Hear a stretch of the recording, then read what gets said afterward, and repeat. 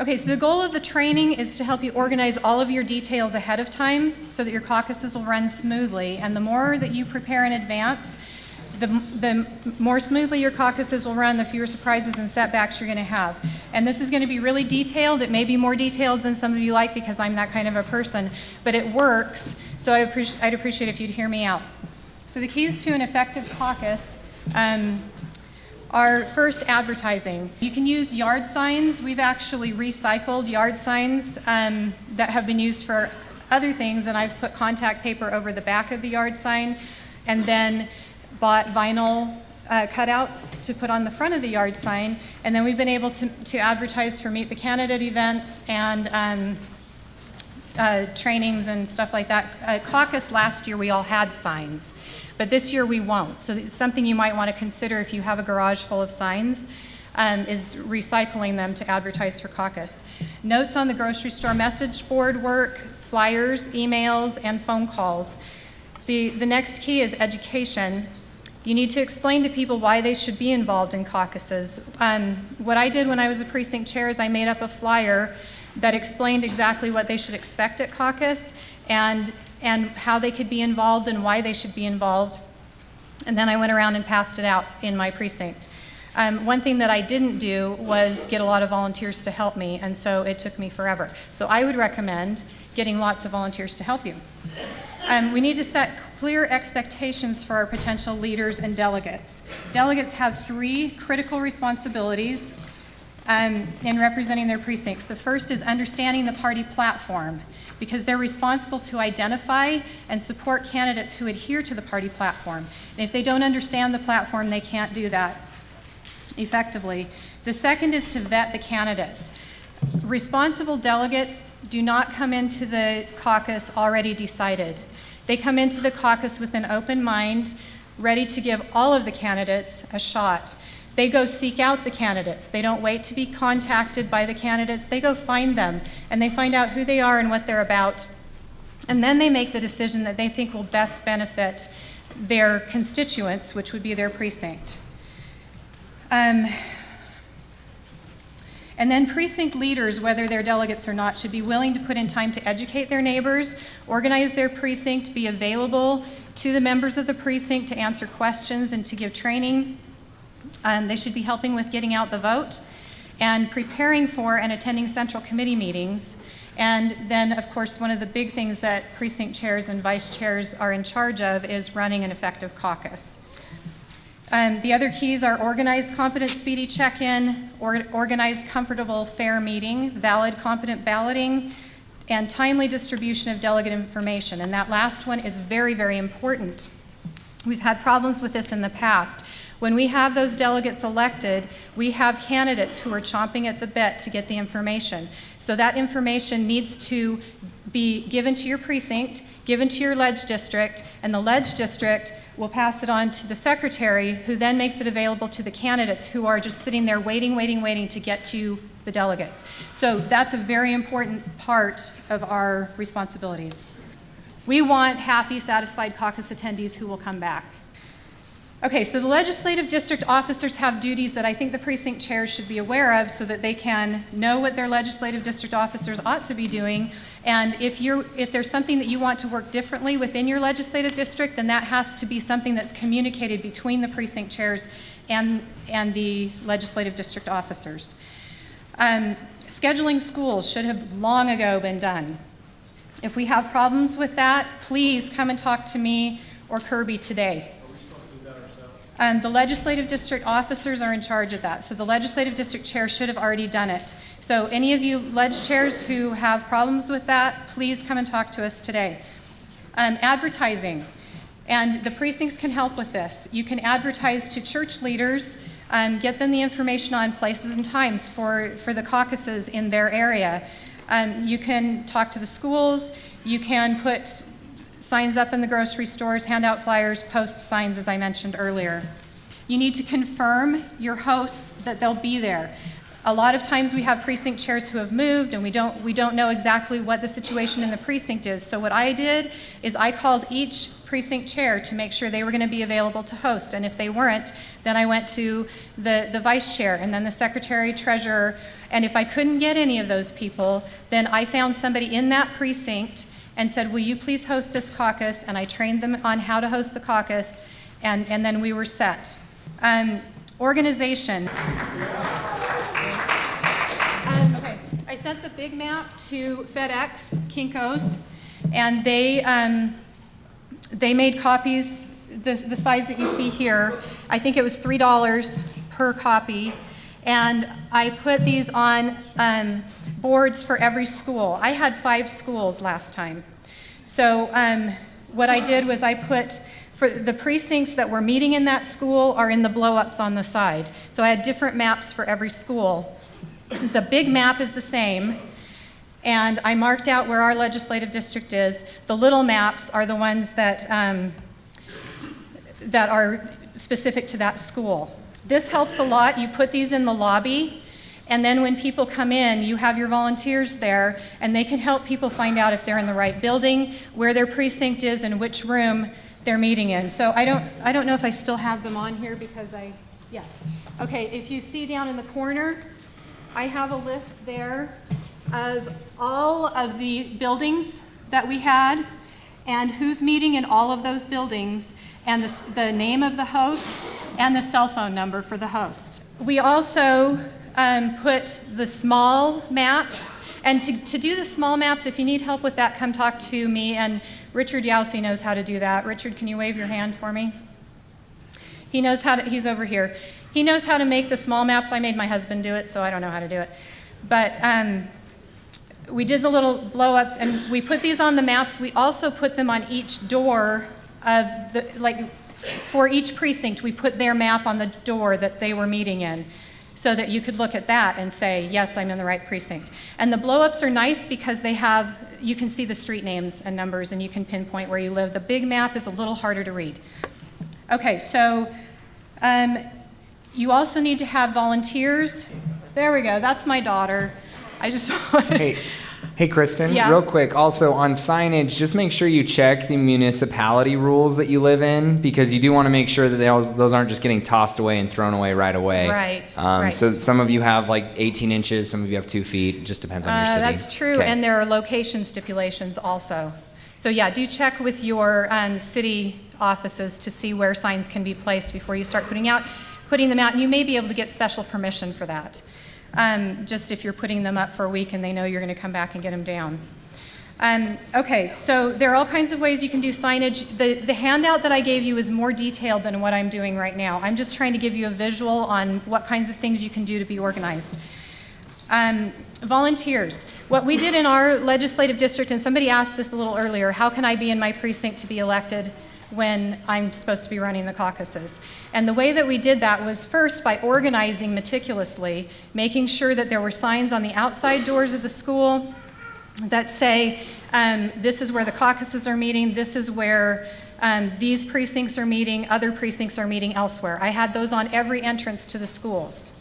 So there were 3 or 4 doors to every school. They each had that information. Okay, and so the other thing was, I got older teens. Actually, one of them was 14, and she ran a school all by herself. I got them together. I trained them on what needed to be done. So I got a box, and you don't have to do these fancy file boxes. I just had a bunch of these downstairs, so I used them.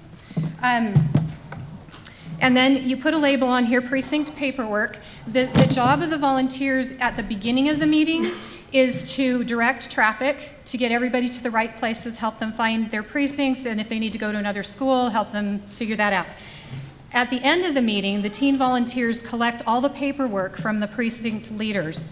So you can have a Ziploc or something to put all of your donation envelopes in, and a Ziploc for all of your officer and delegate lists.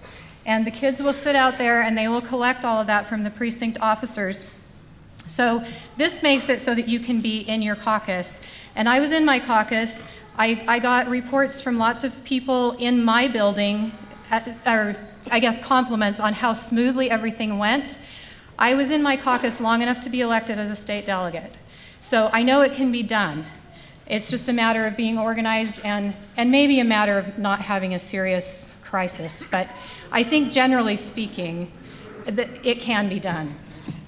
Okay, so on the lid here, I have contact information, and I purposely took it off because I didn't want to advertise for other people, but I put the contact information for the LD chair, including the school they're located in, the cell phone number, the room number, and an email address, because I'll tell you the reason for the email address in a minute, just for the LD chair. And then for the LD vice chair, what school are they in, what's their cell phone number, what room number are they in, because we know that sometimes the cell phones don't work. And so we need the kids to be able to locate an adult who is in the school. And then the ed officer, and you can have your committee members help with this also. If you don't have any of your committee members or officers in a particular school, then you can find an adult in that school who will be in a precinct and have them be the point person for that building. Okay, and then below here, and I have all of these templates, I can email them to you and you can just print them out and fill in your own information and print them out.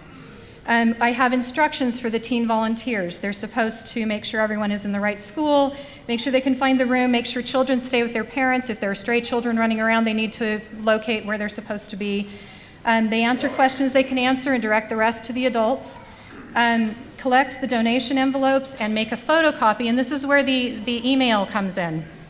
You can either have a copy machine in each school, like I did last time, or something that I don't have and don't really know how to use, you can use your smartphone, and you can take pictures of these things and then email them to the ledge officer and to the precinct chair so that everybody has a record of this stuff. And I know Kirby is actually really good at getting these things copied and back out to you fast, but I have a little bit of an insecurity complex with this because in the past I haven't been able to even find out who my precinct chair was.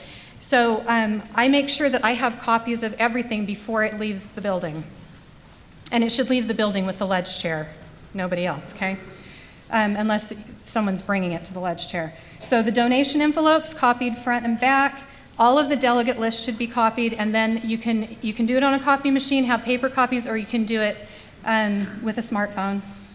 And then they should collect all the sign-in sheets of any kind. If there are voter registration forms, anything that needs to be turned in needs to be centralized with the front desk, okay? Where are we on the slides? Okay, you need to train your volunteers. I can help you with that. I'm happy to help with that.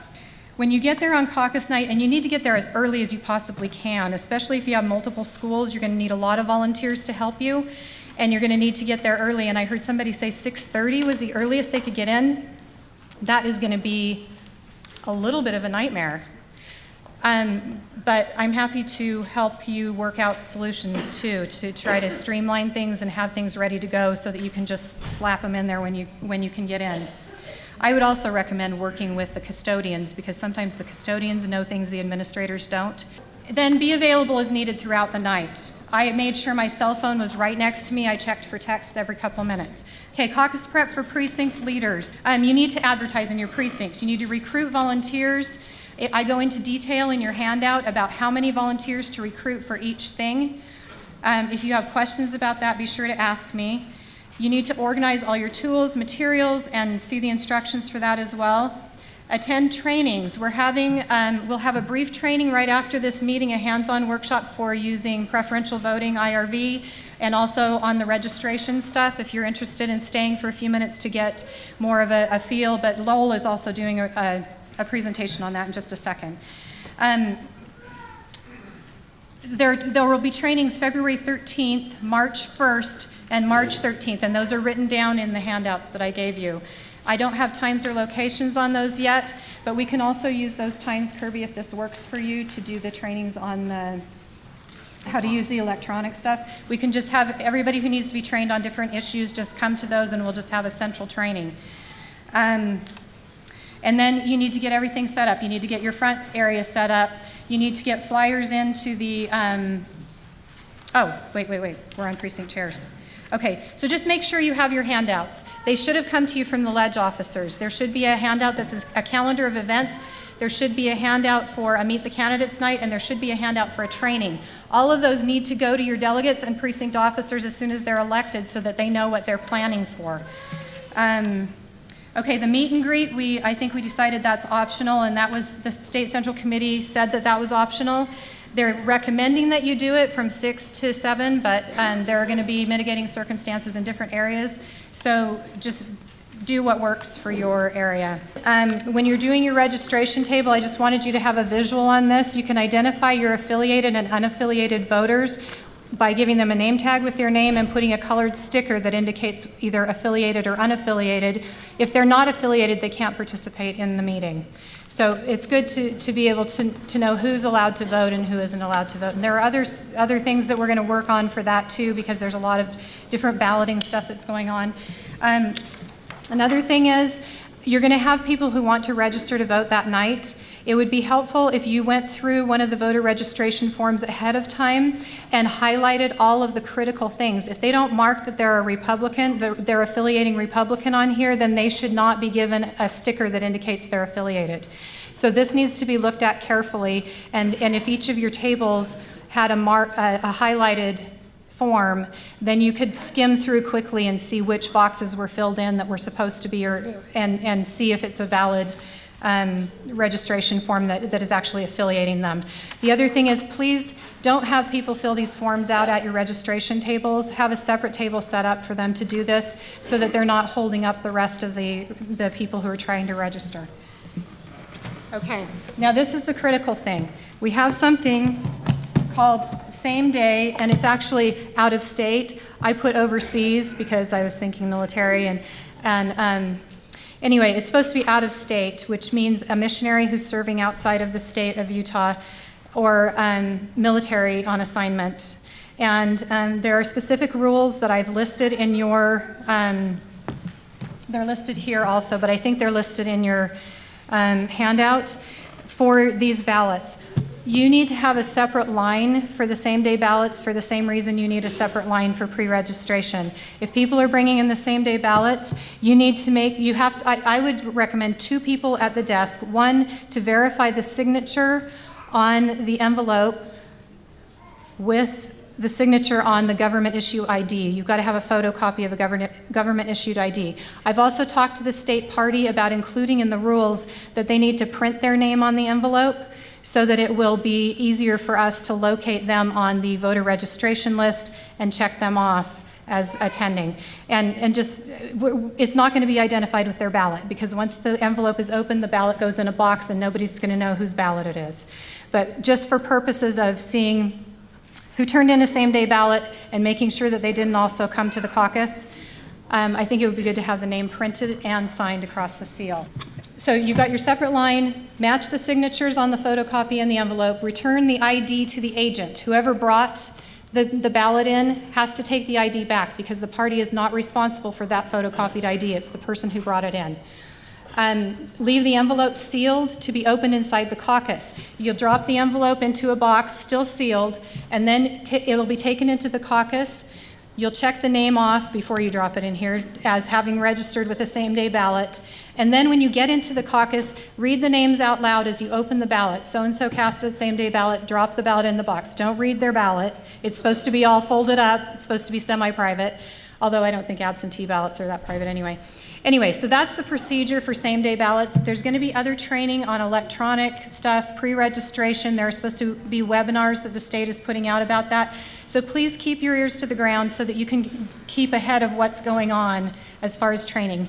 Question, quickly. How do they vote when they haven't been nominated? Okay, that's the question somebody else asked. Okay, so the procedure for that is, if you're casting a same-day ballot, you're going to be voting only for people who have pre-registered, and that's one of the things that the state is making a webinar for, and they're also supposed to be creating a website for each individual precinct so that people who want to pre-file, I guess is the term I should have used, to pre-file to run for precinct officer or delegate seats, they'll be on the computer, and so the people who vote on the same day ballots will be able to have access to that. Follow the caucus rules. There are some significant differences between the way we're doing things this year and the way we've done them in the past. So be familiar with the rules. If you have questions, please ask. And hopefully most of them will be answered in the next couple minutes here. Okay, after the caucuses, all of the paperwork needs to be turned in. I'm going to have Lowell come up and do his presentation in just a second. I'm just going to finish mine right now. Okay, so it's important that we clean up afterwards, fill out all the paperwork, make sure all of the contact information is clear, legible, because we have to transcribe that and upload it into databases, and if we can't read it, it's useless. And then we have hours and hours of work going back and trying to redo it. Count, seal, and sign envelopes, copy your paperwork, clean up after yourselves, get the donations and paperwork to LD officers, and then get ready to train and meet the candidates and enjoy our grassroots inclusive caucus convention system. Now I'm going to have Lowell come up and talk to you about IRV for a few minutes. Okay, so one of the things that takes the most time in our caucuses is the elections, and yet that's the most important thing we do that night. Multiple round voting, when you have 4 or 5 seats to fill and 10 or 12 candidates running, that it takes a long time to do round after round after round. And so we want to familiarize ourselves with preferential voting so that you can conduct your elections and your caucuses more efficiently. So that's the major reason. Go ahead, next slide. We are looking at this presentation today. The caucuses do have the authority to decide to do their elections either by multiple round voting or by preferential voting. That's in our state constitution, Article 12. Next slide. So most of us already know how to do multiple round balloting. It's pretty straightforward. Here, click is on the left is a typical ballot. On that ballot, you can designate one candidate as your top choice. That's your first choice for the candidate, and that's all you can designate on a multiple round ballot. It's just a check mark, and that's why you have to do multiple rounds, because you have to get the voters express preferences over and over and over. On the right, go ahead and click three or four more times, is a preferential ballot, and there you can indicate your first choice. In this case, Danny. You can indicate your second choice, Ed. Third choice, Beth. Fourth choice, and fifth choice if you choose. You don't have to express a preference for all candidates. You can only say, I'm going to number 1, 2, and 3, and that's fine. That's analogous to, in a multiple round vote, leaving and not participating in the 4th and 5th rounds. But on a preferential ballot, you can express your preferences 1 through 5 if there are 5 candidates, or 1 through 10 if there are 10 candidates. And that's the magic, or the good, that's the efficiency you get with a preferential ballot. You can, at the outset, it's a little more thinking that the voter has to do. They need to choose their first choice and then pretend he's gone. Now, if he's not in the running, who's my second choice? And if those two are not in the running, who's my third choice? That mental process is slightly more difficult for voters, no question. But in the long run, it saves oodles of time because you already have the preferences of the voters as you do the counting. Next slide, please. So, and go ahead and click 2 or 3 times here. Here you are in your caucus. You have your multiple round ballot. You mark one candidate. You cast your ballots. You have the ballot counters sort those ballots into piles, 1 stack for each candidate. And there you have it, the results. Next slide. And then you decide, do I have a majority? Well, the sum of those votes is 30. And so a majority is 16. Does anybody have a majority? No. So we need to eliminate 1 candidate, which we do. Chuck is gone. And then we go back to the voters and ask them to express their preference on a second round of the balloting. And you repeat that over and over. That's why it's called multiple rounds. And you're all pretty familiar with it. The only reason I'm going through this is to show the similarities between multiple round and preferential voting, because they're very similar. Next slide, please. Okay, there in writing is what we just illustrated with pictures. Next slide. Now, I'm going to ask Dave to go back and forth between these two slides like every 2 seconds so you can see the differences. I've highlighted the differences in blue with preferential voting. Notice that the voters do something different, right? It's one candidate versus a preference for all the candidates. And then the counters, they sort the ballots according to the highest preference on the ballot. That's one difference. And then finally, if a candidate must be eliminated because no candidate got a majority, his ballots are sorted among the remaining candidates. Okay? That's the only differences, pretty much. Okay, next slide. Let's go ahead and walk all the way through this process. Voters express their preferences. They cast their ballots. The counters sort those ballots, and you got 30 votes. And then, Chuck, you eliminate, but you don't go back to the voters in preferential voting because you already have their preferences on the ballots. Instead, you go back to counting. And so this is tougher on the counters. That's why you need to be familiar with this. You need to be able to do this yourself in order to train your helpers at the precinct caucus to do the counting. Please. So we've got Al who got 7 votes. Does that mean 7 people put Al as number 1 or put Al at all? As number 1.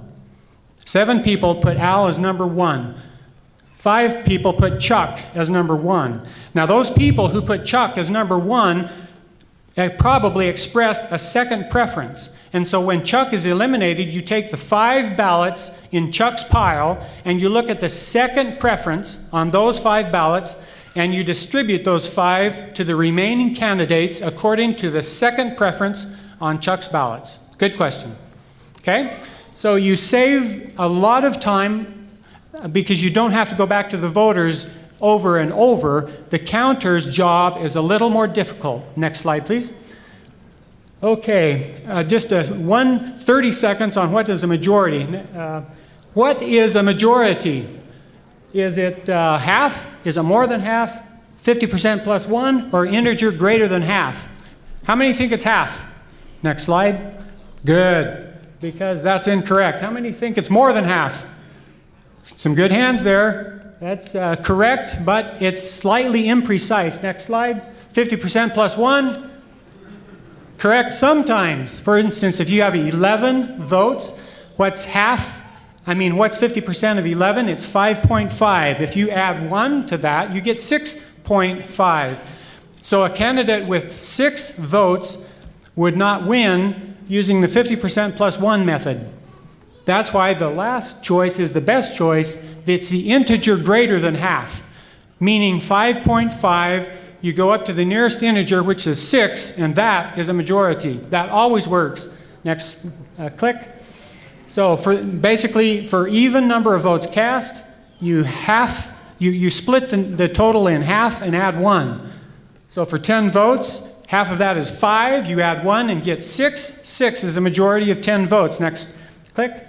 For an odd number of votes, you split it in half and add a half. So for 11 votes cast, half of that's 5.5. You add a half, you get 6. 6 is a majority of 11. Next slide. And this is the final slide, basically. Okay, we have, this works for either multiple round or preferential voting. This is a tally sheet. And I hope you will make use of a tally sheet in your caucuses because it simplifies the counters process, simplifies the things for them. So there's all the votes cast for those 5 candidates.